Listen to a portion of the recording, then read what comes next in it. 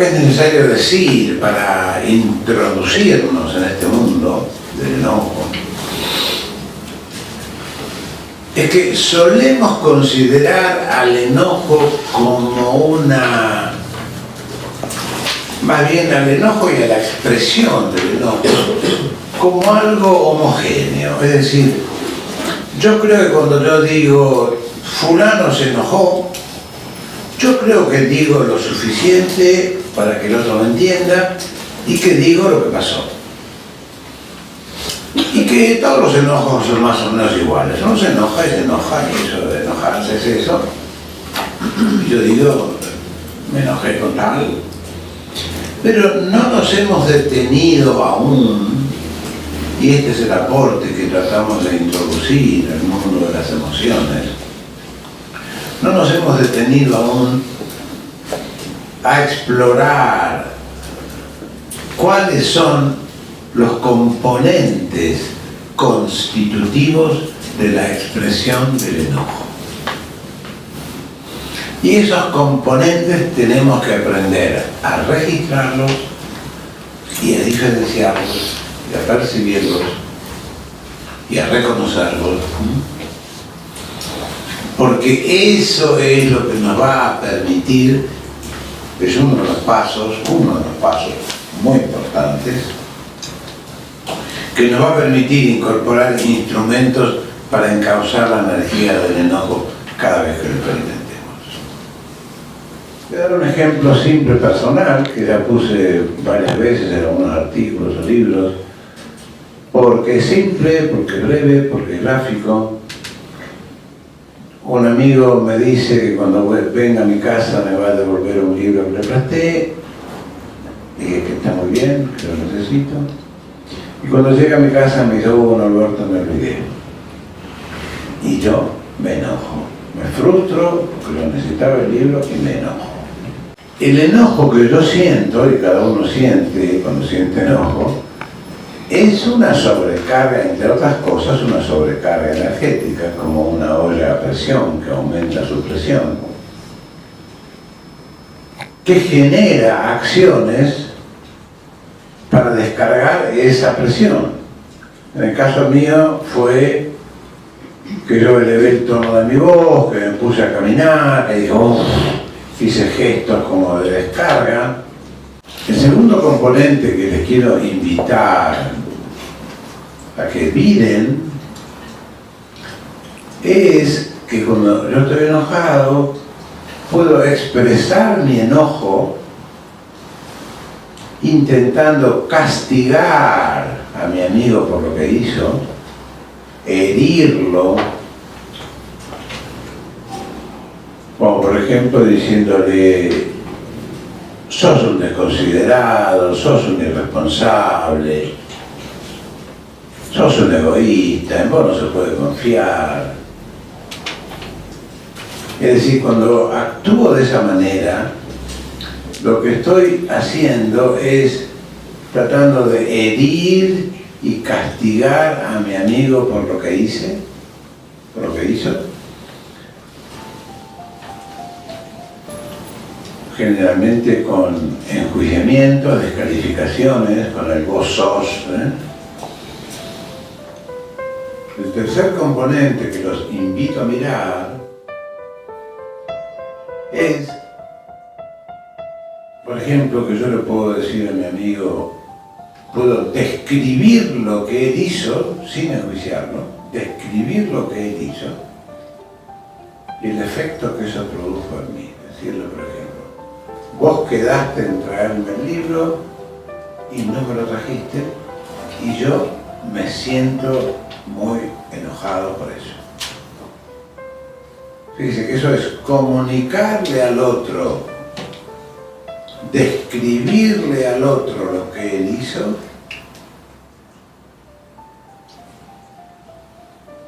sin enjuiciar ni descalificar y comunicarle el efecto que eso ha producido en mí, cómo me siento.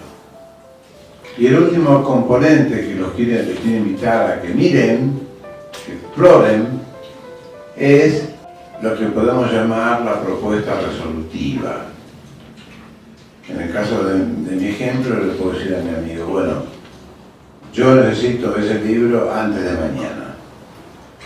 Quiero que arreglemos vos y yo de qué manera me lo podés traer antes de mañana. Si llamas un taxi, a un remis, a un amigo, es decir, me concentro en qué acción es necesario poner en marcha para que yo obtenga aquello que deseaba, en este caso los libros. Eso es lo que se llama propuesta resolutiva. Si yo digo algo en relación a lo que necesito que ocurra para que se resuelva el tema que me enoja. A estos 4 componentes los percibimos como una unidad. Al enojo, como dije antes, lo percibimos como una unidad. Tenga 4 componentes, tenga 3, tenga 1, tenga 2, es enojo. Y no estamos habituados a ver la trama íntima de esa emoción. Y lo que hemos hecho es, como les dije al principio, tratar de acercarnos vivencialmente a eso. Que, resumiendo, es en el enojo uno hace o no una descarga de la sobrecarga, hace o no, puede hacerla o no, depende de cada uno. Intenta castigar al otro o no, intenta herir al otro o no, también depende de cada uno. Le hace saber al otro cómo se siente, en relación a lo que pasó, y también lo hace o no. A veces yo no digo nada, cómo me siento. Hay toda una creencia generalizada que dice, que supone que decir que algo que hiciste me dolió y me enojó es una señal de debilidad. Entonces a veces no digo el efecto que produjo lo que el otro hizo, no lo digo, me lo guardo. En fin, esta es una reflexión parcial sobre este punto, y como esta reflexión hay muchas otras que iremos viendo. Y el último punto es el intento de resolver el problema, que también puede estar o no estar.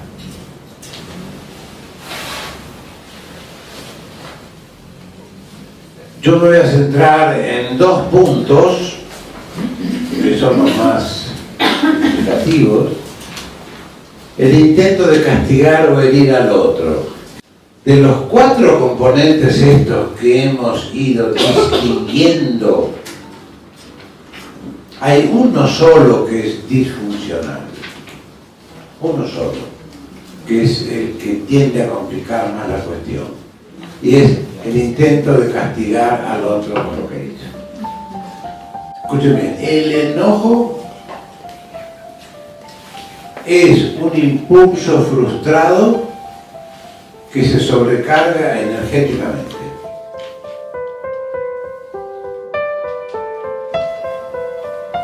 Yo deseo ir a la playa y mi deseo de ir a la playa encuentra un obstáculo porque llueve, y ese deseo de ir a la playa que ve obstaculizado su camino de realización, se sobrecarga.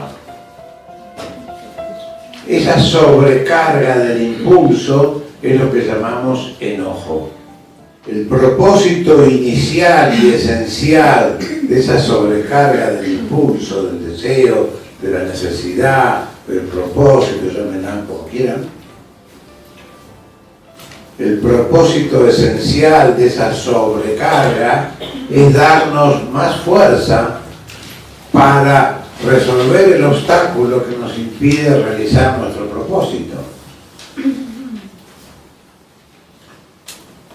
Si yo deseo, bueno, como dije antes, ir ir a la playa y llueve, esta frustración que tengo y este enojo de pucha que bronca no puedo ir a la playa, esta sobrecarga en este impulso puede ser encauzada, escuchen bien, si yo puedo conectarme que en realidad, bueno, yo quería ir a la playa porque es una forma de pasarla bien, pero hay otras formas de pasarla bien que yo tengo. Y a lo mejor, si me conecto con eso que está por dentro de ir a la playa, a lo mejor puedo encontrar bienestar, dado que a la playa no puedo ir porque llueve, puedo encontrar bienestar yendo a caminar o yendo al cine. Es decir, voy encontrando caminos que realicen el propósito de producir bienestar a través de otras formas. Eso es cuando el enojo toma los canales resolutivos. Pero puede no tomar los canales resolutivos ante ese mismo ejemplo que acabo de decir. Puedo llegar a la conclusión, y lo recuerdo completamente, me pasó, una persona con la que estaba produjo esa conclusión. Puedo llegar a la conclusión de que la lluvia es una señal de que el bienestar no está hecho para mí y que el tiempo está conspirando contra mí y que nada me sale bien y que esto otra vez es el proceso de ilusionarme, de desilusionarme, es mejor no esperar nada y mejor retirarme de la vida y me retiro, no hablo con nadie. Es decir, puedo producir muchas reacciones ante la frustración y el enojo que esa frustración produce. ¿Me sigue? Sí. El enojo hecho el diagrama. Hay un impulso de alcanzar un cierto propósito.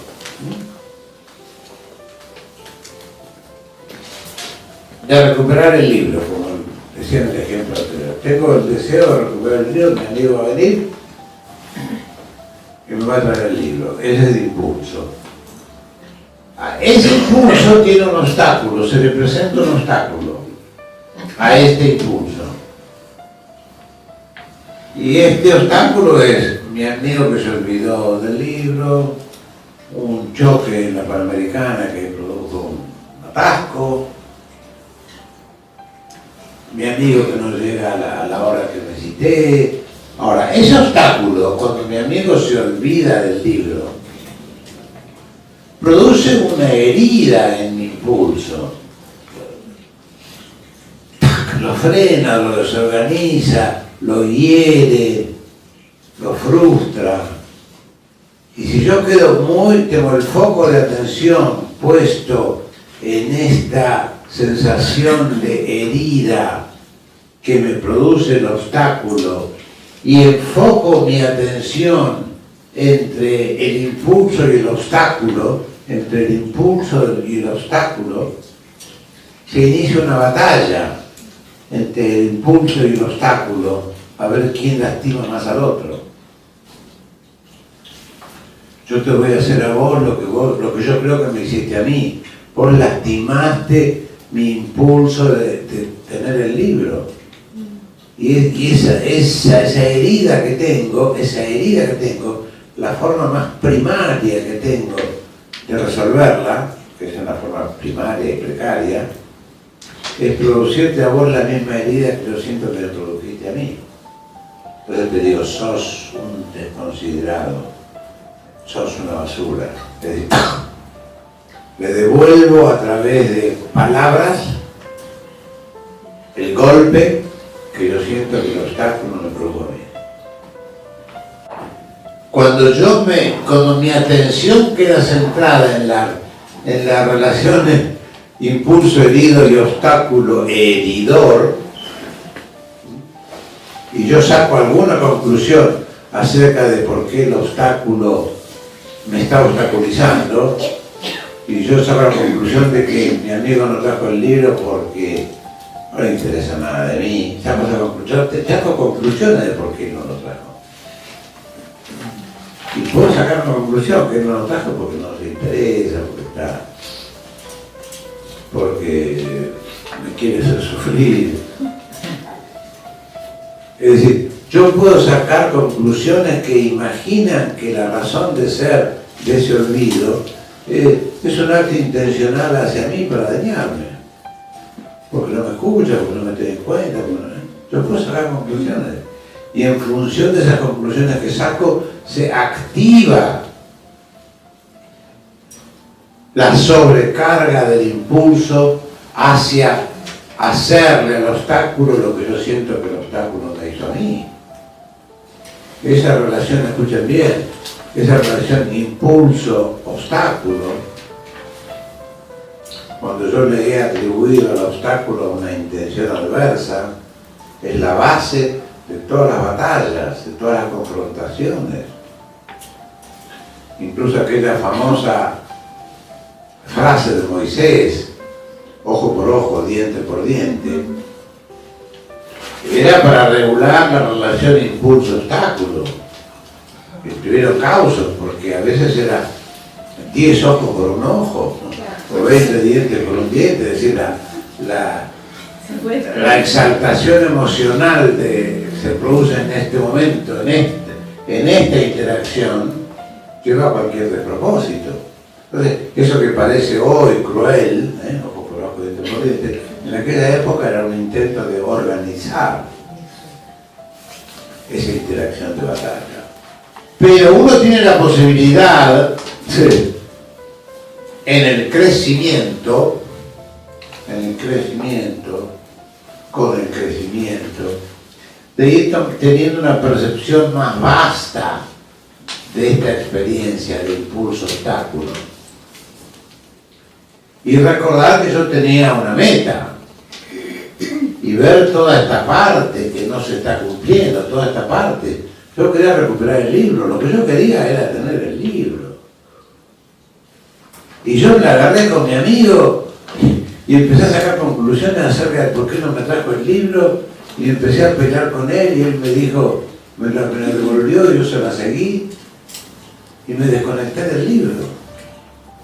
Como esa famosa frase tan metafórica y tan gráfica que describe a alguien que fue a buscar una rosa en un sendero, y en el camino se pinchó con espinas y empezó a fastidiarse con las espinas y quiso sacar las espinas y quedó tan enredado con su lucha con las espinas que se olvidó de la rosa. Con el crecimiento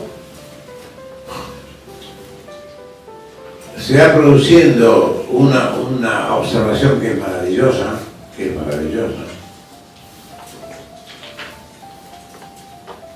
que aclara mucho el panorama, y es que el obstáculo tiene el mismo derecho a existir que el impulso para el cual lo es.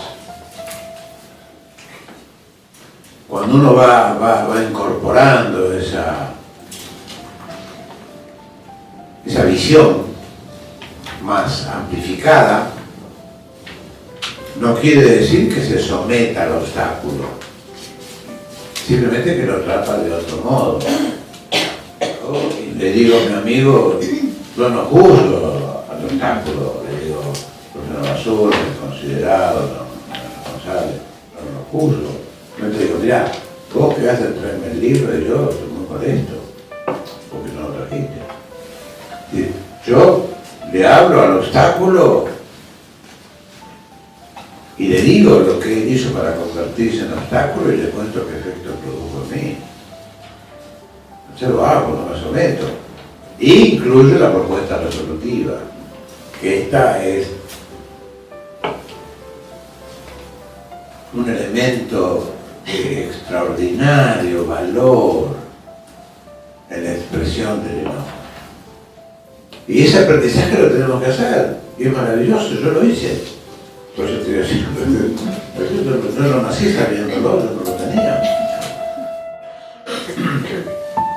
Yo hice este aprendizaje y fui acompañando las vicisitudes de este aprendizaje, y vi cómo fue cambiando mis interacciones en la medida que cada vez que me frustraba por algo, me enojaba por algo, le daba al impulso frustrado y sobrecargado un canal que propiciara la resolución. Es maravilloso. Pero cuando uno comprende esto, que el obstáculo tiene el mismo derecho a existir que el impulso cuando es, esa es una conclusión del amor, esa es la manifestación del amor. Empieza a centrarse en otra faceta del enojo, que es la propuesta resolutiva. ¿Cómo hago yo para llegar a la meta? ¿Cómo hago yo para tener el libro?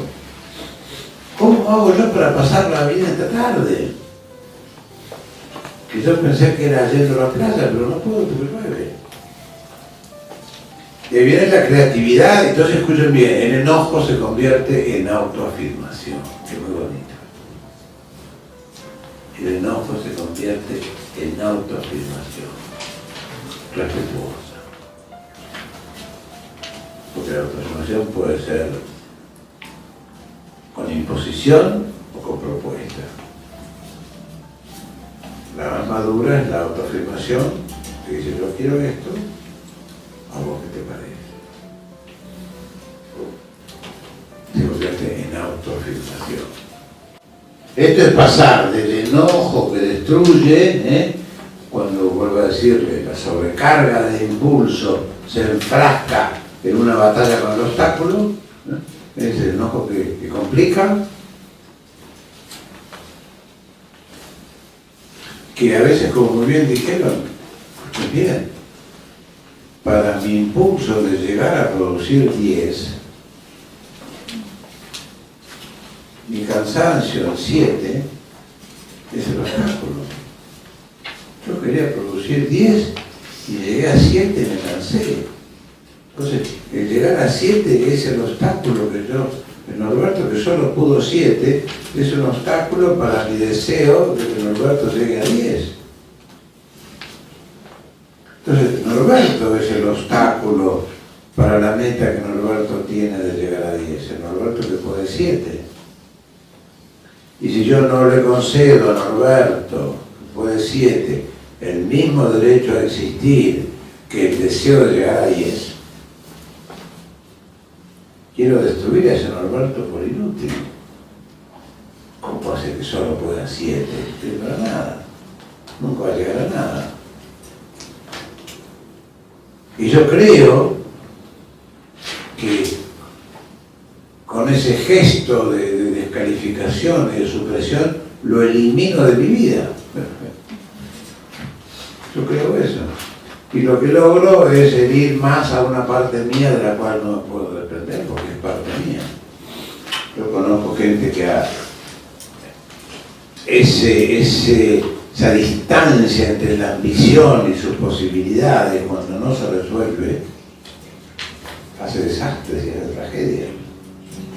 Hace desastres y hace tragedia. Y cuando yo he trascendido la relación impulso-obstáculo y tengo un escenario más vasto, puedo decir es cuando recupero la posibilidad de conectarme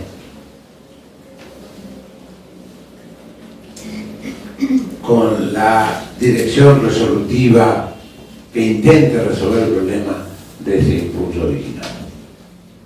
¿Está claro hasta acá?